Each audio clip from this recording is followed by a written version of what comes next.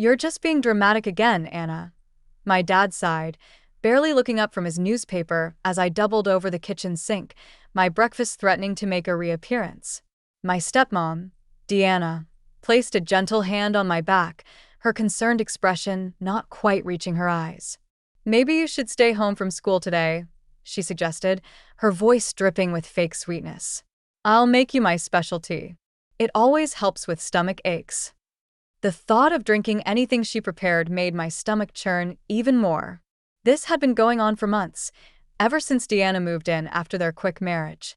Every meal she prepared left me sick, dizzy, and sometimes even passing out. No, I managed to say, straightening up and wiping my mouth. I have a chemistry test today. I can't miss it. Plus, I had started bringing my own lunch to school, and mysteriously, I never got sick when I ate food I prepare myself. Deanna's eyes narrowed slightly, but her smile remained fixed.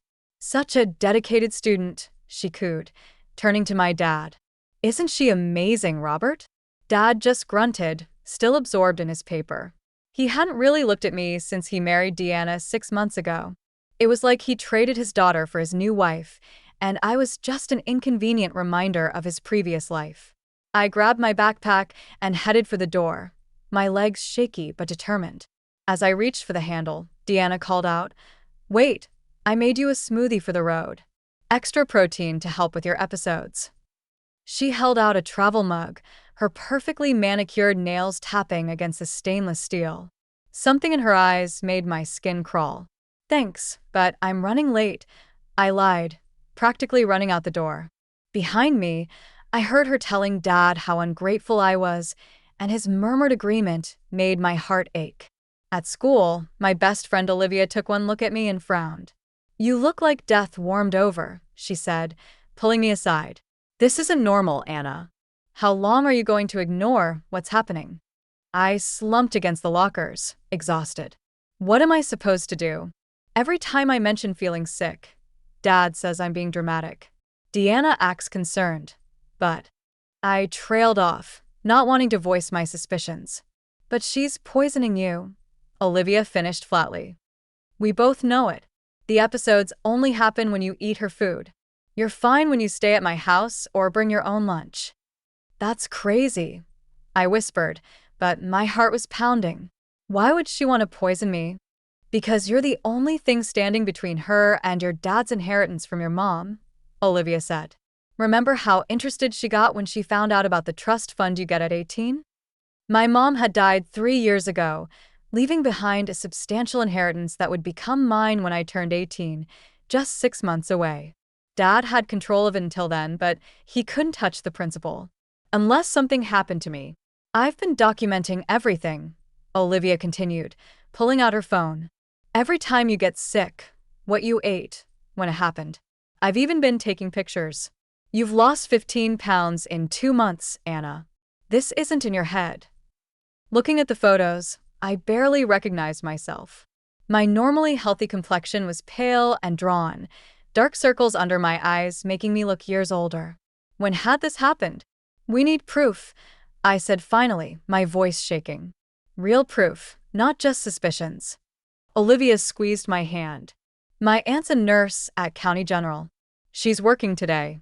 Let's skip chemistry and get you a blood test. If Deanna is poisoning you, it'll show up." The thought of missing my test made my stomach clench, but not as much as the thought of going home to another one of Deanna's special meals. I nodded. 2 hours later, I sat in an exam room while Olivia's aunt drew vials of blood. She didn't ask many questions, but her expression grew increasingly concerned as Olivia listed my symptoms. "The results should be back in a few hours," she said, labeling the last vial. "I'm marking it urgent. Anna, do you have somewhere safe to stay tonight?" The question made my blood run cold. Even the medical professional thought I was in danger. "She can stay with me," Olivia said quickly. "My mom already said it's okay." I sent Dad a text saying I was studying late at Olivia's. His reply was immediate. "Deanna's making her famous pot roast. Come home for dinner." My phone buzzed again, this time with a message from Deanna. "Don't disappoint your father. Family dinner is important. I made it specially for you. Looking at her message, I felt a chill run down my spine. For the first time, I let myself fully acknowledge what I'd known deep down for months. My stepmom was trying to kill me, and my dad was too blind to see it. "We'll have the results soon," Olivia's aunt said, patting my hand. "Try to rest." But rest was impossible. All I could do was wait and wonder. What would the blood test reveal? And more importantly, what would I do when it did? The hospital waiting room felt like it was closing in on me. Olivia paced back and forth while I stared at my phone, watching the messages pile up. "Dad, Deanna's worried about you. Come home now." "Deanna, the pot roast is getting cold, sweetie. I made your favorite gravy." "Dad, stop being difficult. You're upsetting Deanna." Each message made me feel sicker than the last. My hands shook as I turned off my phone, unable to bear any more of their manipulation. "Anna Matthews," a voice called. I looked up to see Olivia's aunt with a doctor I didn't recognize. Their faces were grave. "We need to talk about your test results," the doctor said, leading us to a private room. "I'm Dr. Martinez, head of toxicology. What we found in your blood work is disturbing." He pulled up some charts on his computer screen. "Your blood shows elevated levels of thallium, a highly toxic heavy metal. It's often called the poisoner's poison because it's colorless, odorless, and the symptoms can mimic other illnesses." My heart stopped. "Thallium. Yes, it's commonly found in rat poison, but it's strictly controlled," Dr. Martinez continued. "Someone would have to deliberately obtain it and administer it regularly to cause these levels." "Anna, is there someone who might want to harm you?" Before I could answer, the door burst open. A police detective walked in, followed by 2 uniformed officers. "I'm Detective Sarah Torres," she said, showing her badge. "The hospital called us when they saw your results. We need to ask you some questions." The next hour was a blur. I told them everything. The mysterious illnesses that started when Deanna moved in, how I only got sick from her food, the trust fund I'd inherit in 6 months. Detective Torres recorded everything while her partner took notes. "We've seen this before," she said grimly. "The gradual poisoning, the gaslighting, the inheritance motive. Your father's new wife fits the profile perfectly." "But my dad," I started, tears finally spilling. "He wouldn't let her." "Your father might be a victim of manipulation himself," she said gently. "Or he might be involved. We'll need to investigate both possibilities." Suddenly, my phone rang. "Dad again." Detective Torres nodded. "Answer it. Put it on speaker." "Anna, where are you?" Dad's voice was angry. "Deanna's been cooking all day, and you're being incredibly rude." "I'm at the hospital, Dad," I said, my voice shaking. "Getting blood tests." "For heaven's sake, not this attention-seeking behavior again," he snapped. "Deanna was right. You're just jealous of her. Come home now." "Or what, Dad?" I interrupted, finding strength in my anger. "Or you'll let her poison me again?" Silence. Then Deanna's voice in the background. "Robert, she's being ridiculous. You know I'd never." "We have the blood tests," I continued. "They found thallium. The police are here." The phone clattered on their end. I heard Deanna's muffled voice. "They can't prove anything. Robert, tell them." Detective Torres took the phone. "Mr. Matthews, this is Detective Torres from Metro PD. Stay where you are. Officers are on their way to your location." She hung up and turned to me. "You'll need to stay in the hospital overnight for treatment and monitoring," she said. "We'll have officers posted outside your door." "What's going to happen now?" I asked, feeling overwhelmed. "We'll search your house," she explained. "If we find thallium, Deanna will be arrested. We'll need to determine your father's level of involvement." Olivia, who had been quietly supportive throughout everything, finally spoke up. "She can stay with us after she's released. My mom already said so." Detective Torres nodded approvingly. "That's good. You'll need a safe place." An hour later, my phone buzzed with a text from our neighbor. "Police cars at your house." Deanna tried to run. They caught her at the end of the street. I should have felt relieved, but all I felt was tired. Tired of being sick. Tired of not being believed. tired of having to fight for my life in my own home. Get some rest, Olivia's aunt said, adjusting my fore.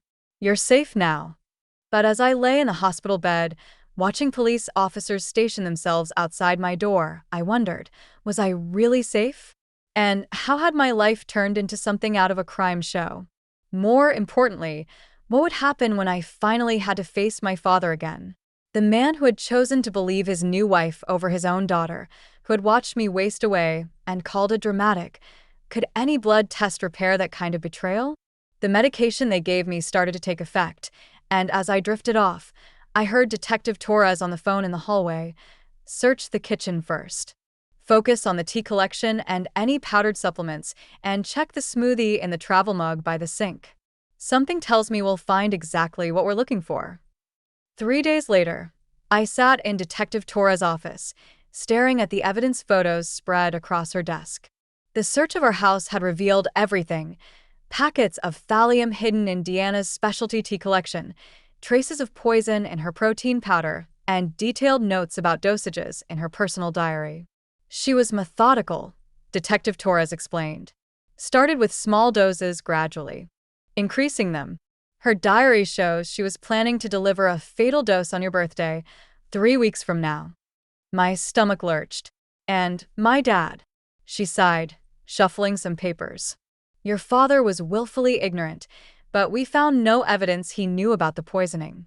He's facing charges of child endangerment and neglect, but not attempted murder like Deanna. I nodded, feeling strangely numb. Dad was being held in a different jail from Deanna, and both were denied bail. My phone was full of voicemails from him, ranging from angry accusations to tearful apologies. I hadn't listened to any of them. There's something else, Detective Torres said, pulling out another document. When we searched Deanna's computer, we found searches about your mother's death 3 years ago. My head snapped up. What? She was researching your mother's symptoms before her accident. We've reopened that investigation. The implications hit me like a truck. Had Deanna been in our lives even before she married Dad? Had Mom's death really been an accident? The DA is offering Deanna a deal, Detective Torres continued. If she cooperates with the investigation into your mother's death, they'll recommend a lighter sentence for your poisoning. I stood up abruptly, needing to move. I can't think about that right now. You don't have to, she said. Focus on getting better. The hospital says your thallium levels are dropping, but you'll need ongoing treatment. I was staying with Olivia's family, who had become my sanctuary. Her mom, a family court lawyer, was helping me file for emancipation. The trust fund my mom left would be enough to support me through college and beyond. That evening, as Olivia and I sat in her backyard, my phone rang with an unfamiliar number. It was Dad calling from jail. Answer it, Olivia encouraged. You're safe now. He can't hurt you anymore. With shaking hands, I accepted the call. Anna, Dad's voice cracked. Princess, I'm so sorry. I should have listened. Should have protected you. Like you protected Mom? I asked coldly. His sharp intake of breath told me everything. What are you talking about? The police are reopening Mom's case, I said. Dad, did you know Deanna back then? Did you know what she did? No, he protested. I met her at a grief support group 6 months before we married. She helped me through losing your mother. She helped herself to Mom's life, I corrected. And then she tried to help herself to mine. The silence stretched between us, heavy with unspoken accusations. I failed you, he finally whispered. I failed both of you. Yes, you did, I said, my voice steady now. Goodbye, Dad. I hung up, feeling lighter somehow. Olivia squeezed my hand, and we watched the sunset together. 6 months later, I stood in court, watching Deanna's sentencing. She had taken the DA's deal, confessing to everything, including her role in my mother's death. She had been stalking our family for years, positioning herself to replace Mom and eventually me. Dad got 5 years for child endangerment. Deanna got 25 to life. Neither sentence felt long enough, but at least it was over. I turned 18 the week after the sentencing, inheriting both my mom's trust fund and our family home. The first thing I did was hire a hazmat team to deep clean the kitchen. The second was to start therapy. Olivia's family helped me move back home, and slowly, the house began to feel safe again. I replaced Deanna's poison tea collection with my own carefully chosen herbs. I learned to cook for myself, finding joy in preparing meals that nourished rather than harmed. 1 year later, I stood in my kitchen, preparing dinner for Olivia and her family, the people who had believed me, protected me, and helped me rebuild my life. The acceptance letter to the forensic science program at State University was proudly displayed on my fridge. To new beginnings, Olivia's mom toasted at dinner. And to believing women when they say something's wrong, Olivia added firmly. I raised my glass, thinking of how far I'd come from that scared, sick girl who couldn't convince her own father she was being poisoned. To truth, I said, no matter how bitter it tastes. Later that night, I added a final entry to my journal. Mom, I hope you're proud. I survived what killed you. I exposed the truth, and I promise I'll spend my life making sure no other daughter has to fight so hard to be believed. The bitter taste of betrayal would always linger, but I had transformed it into something powerful, a determination to protect others and a commitment to trust my own instincts. Sometimes, the most toxic thing in our lives isn't the poison in our food, but the people who make us doubt our own truth. I was finally free. And more importantly, I was alive. That was the best revenge of all.